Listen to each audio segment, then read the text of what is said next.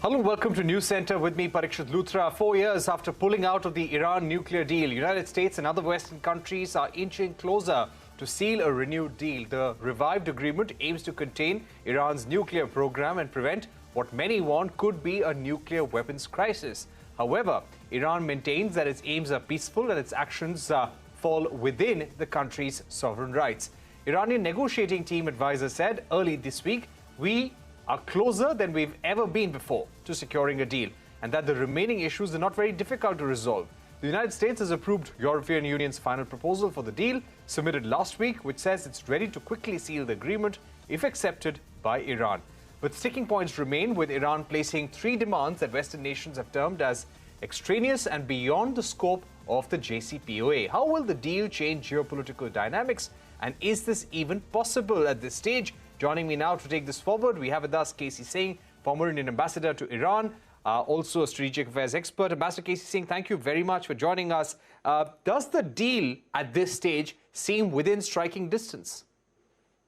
Well, if we go by statements coming from both sides, there is keenness on the Western side because they see Ukraine war is not ending, confrontation with Russia will go on, and they all need to stabilize energy prices, particularly America with the midterm elections coming up in November. So Iran is one country where if the sanctions are lifted, they can over say next 6 months or so, ramp up their oil exports, and that may stabilize the international market. So that is a driving force at the moment. And the West also wouldn't like Iran in the corner of Russia and China. They would like to wean them away. But at the same time, the Iranians would want an improvement over the JCPOA. That is the old joint program for cooperative action, which was there, the deal of 2015, which was struck when Obama was the president. Then, of course, 2018, Trump withdrew from it. Now, there were 1 or 2 problems the Americans had, the Republican Party and Obama and Trump had with the old deal, because it had a sunset clause that after 10 years, the number of centrifuges could be increased, and after 15 years the enrichment could be stepped up. Now that meant that beyond 15 years, 10 years will be over in 2026, and by 2031 Iran would be out home and dry, and they could technically be in a position to ramp up enrichment of uranium very close to creation of a bomb, which is what they're doing even now. They've enriched up to 60%. Normally, it's 5% if you just require uranium for nuclear power, or maximum 20% if you're using it for research. But the minute you go to 60%, it's very easy to go up to 90%, which is what you need for a weapon. So Iran has been using that. Now, would Iran be willing to cap their program? Because I don't think they are going to accept that. They will say, we want the same sunset clause, which means they go back to the old agreement. And the second thing which seems undoable is that a commitment that the next US government will not change it. Because that can only happen if this is taken to the US Senate and the Senate approves it. And there is no chance in hell that the current Senate will approve anything of this kind because the Republicans will come down like a ton of bricks. So it'll essentially be an executive agreement and the next president can withdraw from it. So that is not there. So I think from that, the Iranians are just probably putting that condition. They will withdraw from that. IRGC may be something which is negotiable because this was added later. Though what the Americans say is that, look, there are sanctions which are due to Iranian support to terrorism in the region. That has nothing to do with the nuclear program. And there are sanctions which are related to the nuclear program. So we can take away those sanctions. I think that's what they're negotiating at the moment. They will beat it down. They will strike a compromise. Right. And I think it's moving in that direction. That's why the markets are up. That's why the price of oil is down. Right. Do you also feel that to Tehran's demand for compensation if future US presidents pull out of the pact, guarantee of lifting of sanctions, do you think these are things that the US, the European Union would agree to? Some sort of compromise can be reached here? Look, these are sovereign decisions. How can Europeans compensate you for what the Americans do? These are negotiating tactics, typical Iranian negotiating tactics. I don't think they're serious about it. They're essentially trying to protect whatever gains they have made in terms of more centrifuges More dangerous for them is what they are seeking is ending of the inquiry of the IAEA, which had determined that they had found traces of enrichment in 3 other spots, which means in new places beyond the ones which were under IAEA supervision before Iranians threw IAEA inspectors out. Now, if that they don't want IAEA to look into that, which means they would have made more progress. They probably had some centrifuges, or maybe they have capacity to enrich faster, or maybe another category of centrifuges. We don't know. Iranians would be more concerned about that not being looked at. All else is, I think, negotiation. So they'll find a via media. Okay, and give us a sense of the importance of India in these current negotiations. How does India stand to benefit from what's happening, considering that we had very long and strong energy ties with Iran, which came to a standstill because of US sanctions? You see, you have to see in the context of what a recent summit between UAE, Israel, India, and US, the so-called I2U2. Now, from Iran's point of view, that is India combining with countries which are inimical to them. There is a constant disagreement between UAE and Iran. There are 3 Emirati islands which the Emiratis claim were occupied by Iran. So there is tension between Saudi Arabia and UAE, although UAE has also been sending emissaries directly and trying to improve the environment in terms of dealing with Iran. There may be a consensus emerging even amongst UAE and Saudi Arabia that it's better to have Iran within the tent rather than outside, because they need to, take care of the fractures which have existed in the region between Shia-Sunni, between Sunni and Sunni. So to heal those fractures, it is possible that UAE also may be quite willing to let at least some kind of a deal be struck. At least you will know what is it that Iran is doing. Inspectors will be back rather than, but more important is what is going to be the reaction of Israel. Remember that President Biden, when he came to the region, he first stopped in Jerusalem, and then he came to Saudi Arabia. So they would have given certain commitments to the Israelis on what is the maximum they'll be willing to give, and whether those are within the red lines that the Israelis would be laying down. Because the last thing you want is, and Israelis have said it time and again, that if they see that Iran is moving in the direction of a nuclear weapon, they keep the military option open. You don't want that, because that can destabilize the whole region. From India's point of view, we've always been reluctant to offend the Americans, and therefore we'd be quite happy if the sanctions are taken off and we can go back to normal business. Though we will find, because the Chinese, every time other countries step out, the Chinese would have occupied more space there. It will not be that easy to recover the space. But still, it's better to legitimately get things out of Iran, because we are interested in the oil price being down rather than up. Okay, we've run out of time, but Ambassador K.C. Singh, thank you very much for joining us here on Newscenter, giving us your view on the status of the nuclear deal talks, the key hurdles, the key sticking points at this juncture. We are going to take a short break, but don't go anywhere. When we return, we are going to speak about a Chinese naval ship that has docked in a Sri Lankan port and has India concerned. We also would be looking at the growing tensions between China and Taiwan. Don't go anywhere. A special discussion coming on the other side.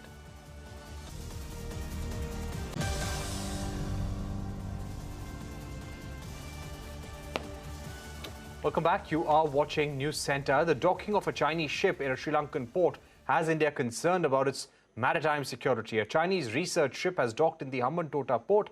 This port has been leased to China by the Sri Lankan government. India and the United States had raised concerns over spying, but the Sri Lankan government gave permission to dock the ship. Sri Lankan officials say the ship has been allowed on the condition that it will not engage in any research activity. The Chinese vessel will remain in the port till the 22nd of August for refueling and taking in other supplies. Joining me now to take this forward is Ambassador Rakesh Sood, Distinguished Fellow at the Observer Research Foundation, and Shrikant Kondapalli, Professor of China Studies at Jawaharlal Nehru University, will be with us as well. Ambassador Sood, if I can begin with you, give us a sense of the message that China is sending out by sending this ship. They're saying that this is only for refueling and stocking up supplies. The larger message here.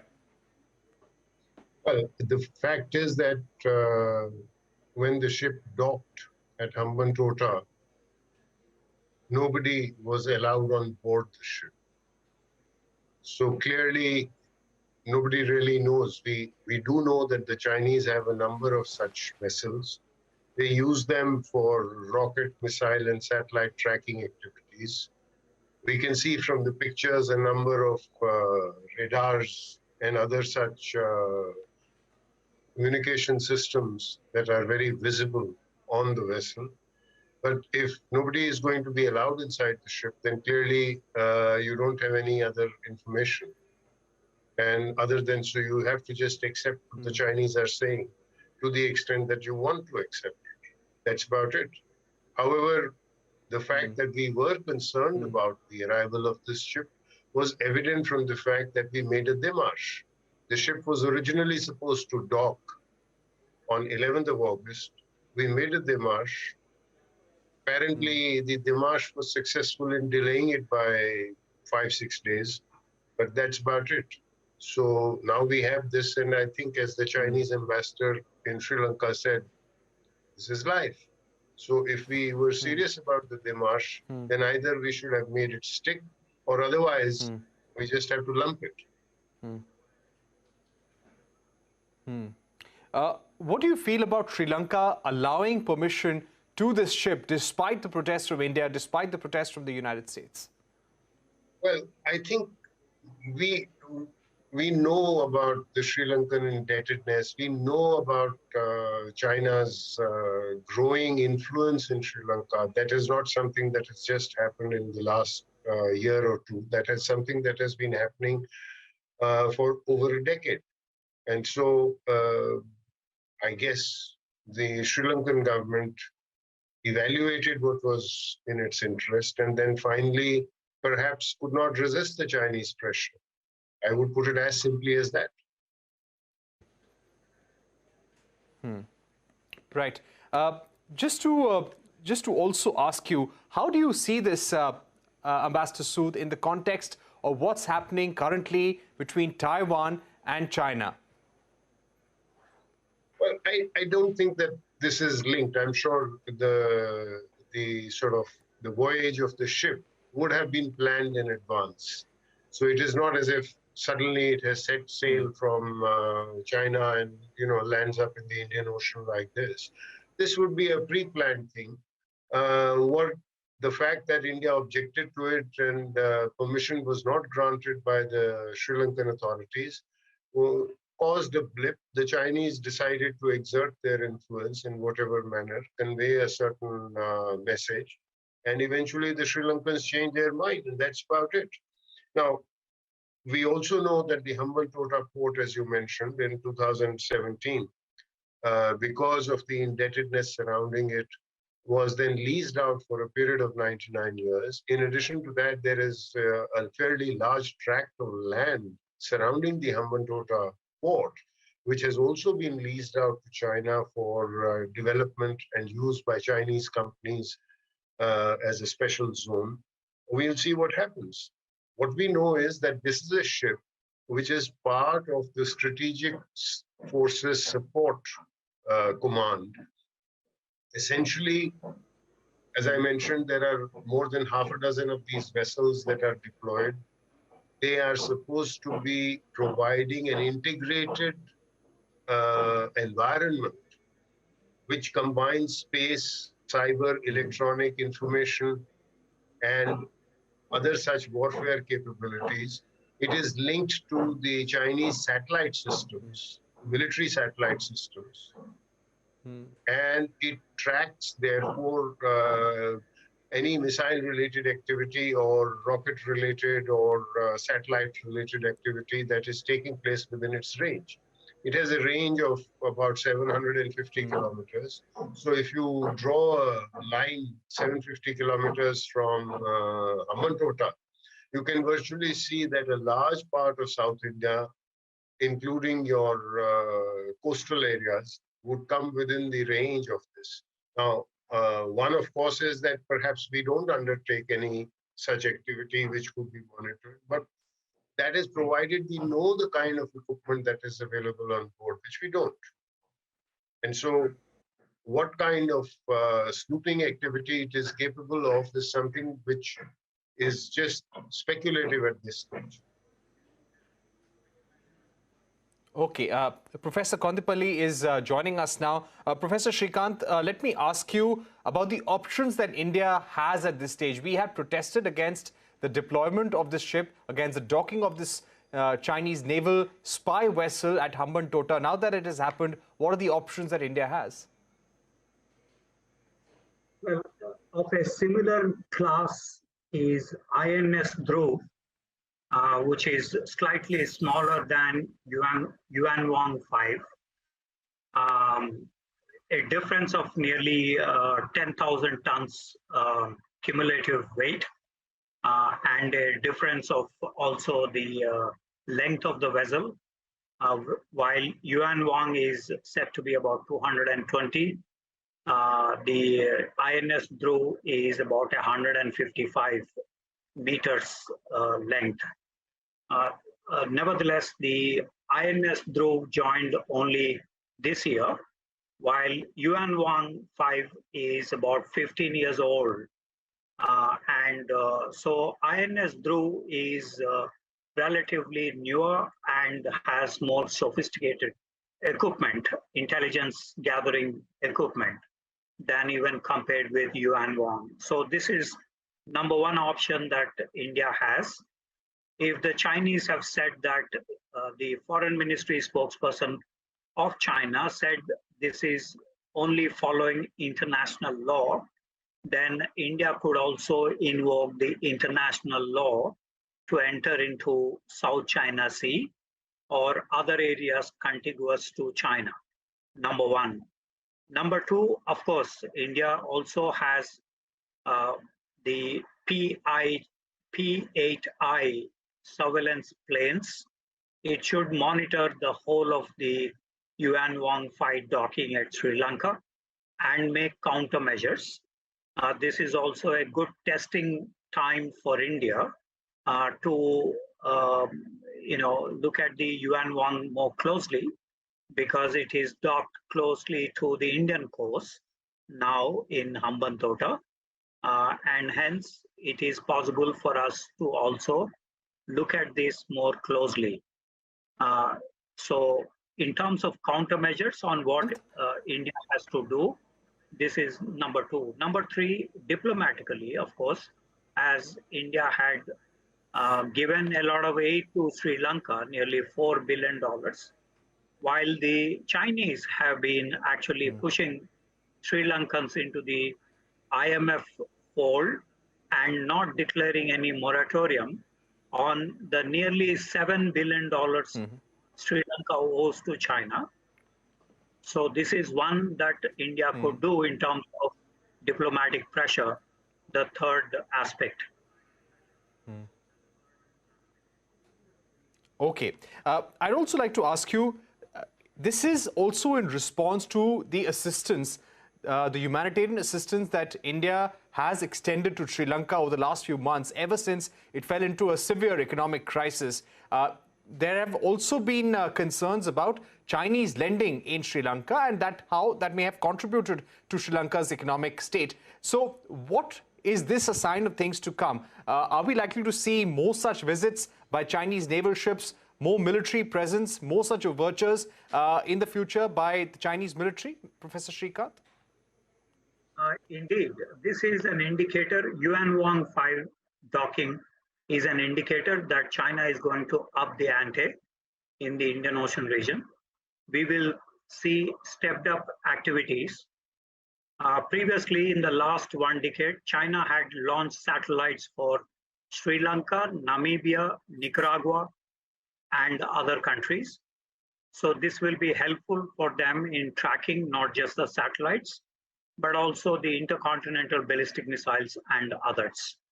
Number one. Number two, increasingly we will probably see, and there were reports published that China had sent at least 53 surveillance ships in the past 2 years, 2.5 years. So this stepped up activity is expected to increase in the coming future. And when we look at the Yuan Wang series, Yuan Wang 1, 2, 3, 4, 5, up to 21, initially they landed in Senkaku Islands and east of Japan. They said this is only research activity.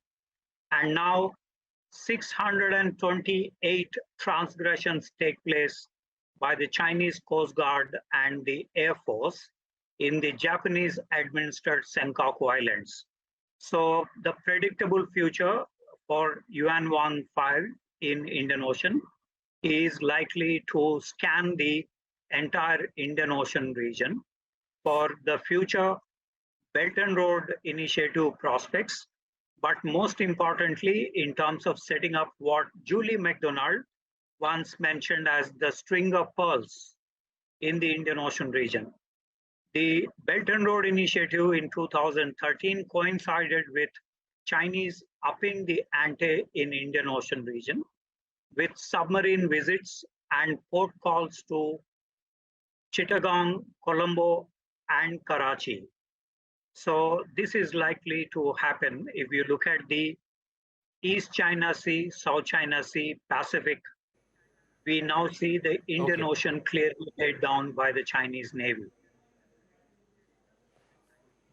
Okay, Professor Shrikant and Ambassador Sood, I'll request you to stay on. We're going to focus on tensions between Taiwan and China at this stage. Weeks after a controversial visit by the U.S. House Speaker Nancy Pelosi, the United States has announced they will begin formal trade negotiations with Taiwan. The announcement comes despite China launching its largest ever military exercises around Taiwan. After Pelosi's visit, U.S. moves have been seen as an attempt to give international legitimacy to Taiwan, even as China calls the island as a part of its territory. China has been warning the United States not to play with fire, adding there will be a big price to pay if U.S. supports Taiwan's separatist agenda. Let me go across to Ambassador Sood once again. Ambassador Sood, we have seen Taiwan using its most advanced fighter jet in military drills yet, and this is in response to drills from China. How do you see escalating tensions between the two countries, and how will the recent possibility of trade talks between US and Taipei have an impact on the growing tensions between China and Taiwan? Well, I think this was a crisis that was going to take place, irrespective of Speaker Nancy Pelosi's visit. Because, you know, let's face it, when the US normalized its relations with China, beginning 1971, when Kissinger visited in a secret visit, followed by Nixon's visit in 72, till 1979, it took a 7-year period.